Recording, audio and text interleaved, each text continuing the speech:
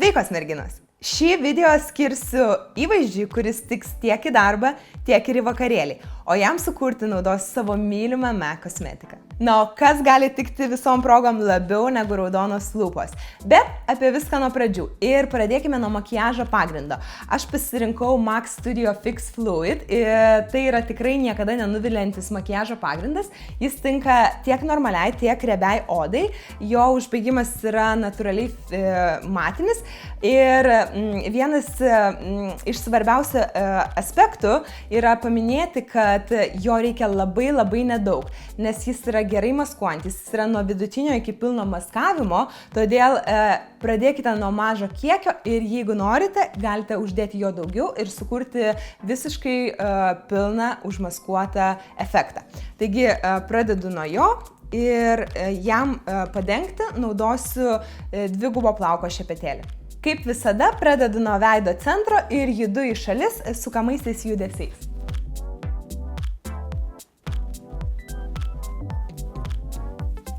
Taigi, šis makiažo pagrindas yra puikus ne tik dėl savo maskavimo, tačiau ir dėl to, kad išlieka labai ilgai. Taigi, jeigu pasidažėte iš ryto į darbą, nebijokite ir drąsiai galite tiesiai po darbo bėgti į vakarėlį, todėl kad viskas jums puikiai išsilaikys. Na, o dabar pafiksuosiu viską kompaktinę pudrą ir įprastai pamodeliuosiu veidą sausomis priemonėmis. Štai taip, lengvai pamodeliavau veidą, šiek tiek tvarkiau antakius ir keliaukime prie akių. Taigi, kadangi dažysime ryškiai skaisčiai raudoną spalvą lūpas, akis šiuo atveju turėtų būti padažytos lengvai ir visų pirma, ką aš darau, tai imu natūralios spalvos spindinti šešėlį ir pūkuotų šepeteliu lengvai padengiu visą voką. Tai tokiais lengvais judesiais. Spindintis šešėlis suteiks žvilgsniui gyvybės, akį atvers, tačiau labai prikrauti šešėlio nereikėtų, kad tas makiažas išliktų akių visiškai natūralus. Nebijokit prieiti prie pačio kampučio ir su tuo, kas liko ant šepetėlio, nueikite iki antakio, labai lengvai. Tiesiog su pačiu likučiu. Kadangi mako šešėliai yra gerai pigmentuoti, tai tikrai labai nedaug padarys pakankamą darbą. Na ir keliauju prie spalvos, be kurios tikrai neįsivaizduoju savo makiažo lagaminėlio. Tai yra viena iš mano mėgstamiausių MAC šešėlių spalvų ir ji vadinasi Haux, na bent jau rašosi jinai HAUX, iš tikrųjų net nežinau kaip tarėsi, ir jinai puikiausiai tinka paryškinti mūsų kauliuką ir mūsų akies linkį.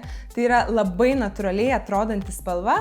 Šis akių makiažas atrodys taip, lyg jūs būtumėt nesidažius. Tai tuo pačiu šepeteliu, pačiu galiuku pamirkau į šešėlį ir pradedu nuo kampo kauliuko ir judu link akies centro.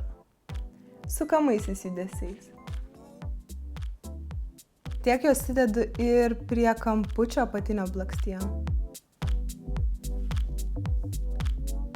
Tik nedėkit per visą blakstienų liniją, kad neatrodytų akys pavargusios. Na, matot, kaip paryškina, tačiau super natūraliai atrodo šis šešėlis. Taigi tiek yra su mūsų akių makiažu šešėliais ir keliauju toliau prie blakstienų tušo. Ir šiandien aš išbandysiu dar mane bandytą produktą, labai nekantrauju tai padaryti. Tai yra blakstienų tušas, kuris vadinasi Upward Lash ir jo spalva yra Upward Black. Tai jis turi štai tokį nediduką silikoninį šepetėlį su labai mažais dygliukais.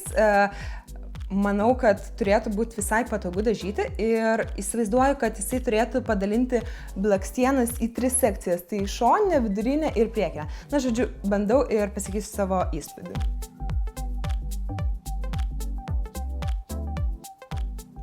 Iš tiesų, patogiau negu aš galvojau. Tas mažas šepetėlis leidžia jum gerai iššukuoti blakstienytes ir sukurti tokį natūralų efektą, kuris man tikrai visai patinka. Tai keliauju prie kitos akies ir judėsim toliau. Tokios štai mūsų akis, o dabar keliaujam prie šio įvaizdžio karaliaus raudono lūpdažio.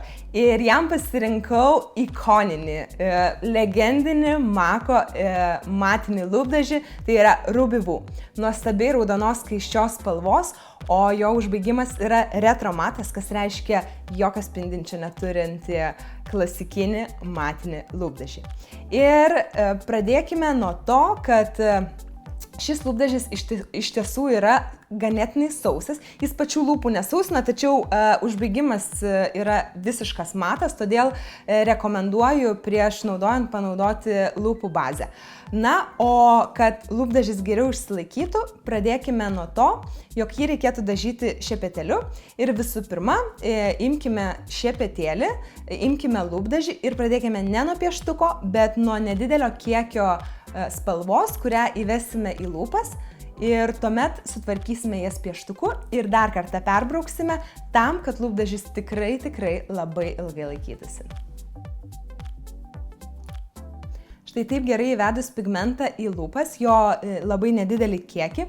Matot, koks pigmentuotas yra lūpdažis, netgi toks nedidelis kiekis beveik paslepia mano žaizdelės, dėl kurių aš labai atsiprašau. Na ir jeigu šiek tiek per daug panaudojote lūpdažio, prieš pradedant darbą pieštuku, nusausinkite lūpas servetėle.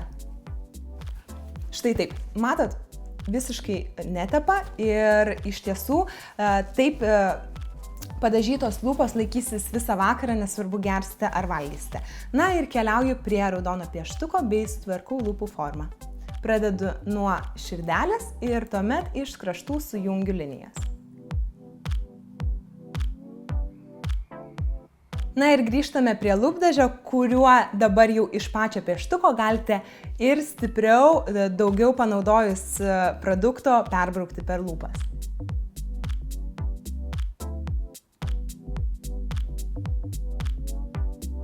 Tobulas raudonas skaisčios lūpos tinkančios bet kokiai progai. Tačiau, jei po darbų einant į vakarėlį vis tik tai sumanėt išskirtinesnio įvaizdžio, aš jums siūlau ant šio lūpdažio uždėti blizgesį ir jam pasirinkau MAC Dazzleglass Sugar Rimmed štai tokį lūpų blizgesį, kuris yra labai blizgantis ir tirštas. Tas tirštumas padės jam ilgai išsilaikyti, o blizgučiai sukurs nepakartojamai išskirtinių lūpų efektą. Taigi užsidėsiu ir pamatysit pačias. Koks skirtumas panaudojus tik tai blizgį? Taigi, mielosios, puoškitės tiek matiniam, tiek ir spindinčiam raudonom lūpom ir atrodykit ne ką mažiau pritrenkiančiai negu Naomi Campbell per MTV apdovanojimus.